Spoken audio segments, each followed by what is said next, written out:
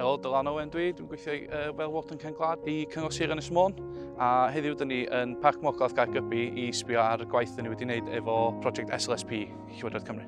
Ie, dwi'n meddwl efo'r arian dyn ni wedi cael cyn Llywodraeth Cymru yn y prosiect yma, mae wedi bendithio ni o safbwynt lle dyn ni medru cynnig enghraifft yr ardal dysgu, addysg a digwyddiadau sgan ni, dyn ni'n medru cynnig mwy ysgolion i ddysgu am bywyd gwyllt a natur yn hytrach a bod nhw mewn dosbarth. Mae'r cwricwlwm wedi newid sy'n golygu bod nhw'n medru dod allan mwy a mae'r opsiwn yna iddyn nhw rwan i ddod i fan hyn i ddysgu am bywyd gwyllt, natur a'r hinsawdd yn ei adael nhw hunan mewn ffordd. Dyn ni yma rwan mewn un o'n caeau dyn ni wedi bod yn gweithio yno fo.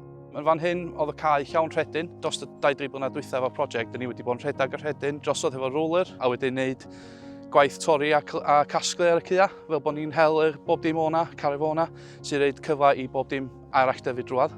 Mae'r blodau gwyllt i gyd wedi tyfu drwad yn dda. Mae gennym ni rwan gwahanol bethau'n tyfu yma o ddim yma cynt o achos bod y rhedyn yn cyfrog yn gymaint o'r tir. Dyn ni jyst cyrraedd ardal rwan sydd yn dol blodau gwyllt arall, ond bod hwn wedi cael ei ddynodi efo safon uchel, sydd yn o safon jyst iawn yn SSI.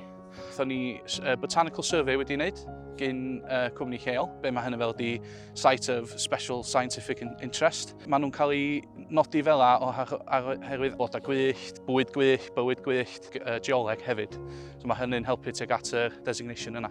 So fe ma'n cael ei dorri bob blwyddyn a fydden ni'n cadw llygad a gan gobeithio lle fydden ni ddefnyddio pethau sydd ni wedi gasglu o yma wedyn ar ôl torri i reid mewn llefydd eraill i hybu blodau gwyllt i dyfu. Hefyd mae gennym ni peiriant sydd ni wedi archebu sydd ar gyfer hel hada. So fydden ni fynd dros hwn yn hel hada blodau gwyllt a wedyn sychu hynny allan a wedyn hau nhw mewn caeau eraill fel bod ni'n medru codi'r ansawdd y fyna hefyd. So gobaith ydy bod ni'n medru defnyddio yr ansawdd uchel yn y cae yma ar gyfer y caeau eraill sgan ni a codi hynny i'r un safon. So rwan, dyn ni yn yn cae addysg lle dyn ni wedi greu i ddod â plant ysgol. So dyn ni'n gobeithio dysgu nhw am bywyd gwyllt sydd o fewn y pwll. Ond mae gennym ni bethau eraill o fewn y cae hefyd dyn ni wedi wneud i ddangos bethau gwahanol. So gafodd hwn i greu fel bug hotel os liciwch chi iddyn nhw ddod iddo fo. Fydden nhw weld o wahanol math o bryfaid a falle sy'n mynd â dŵad. Yn fyma mae gennym ni hybernaculum.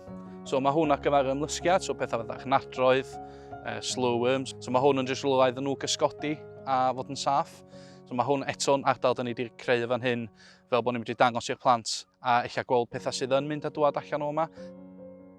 So yn y pen draw fan hyn mae gennym ni 2 doilet compostio. Mae hein wedi cael ei gosod fel pan mae gennym ni ddigwyddiadau yma, unai digwyddiad preifat neu digwyddiad efo ysgol neu digwyddiad i'r cyhoedd bod yna dylida ar safle. Heb yr arian gen Llywodraeth Cymru fysa ni ddim eich wedi medru gwneud rhywfaint o'r gwaith neu wedi prynu'r tools i wneud y gwaith. Wedyn mae hynny wedi helpu ni a'r gobaith ar gyfer y dyfodol ydy bod ni'n medru ehangu ar beth dyn ni wedi gwneud yn y prosiect yma.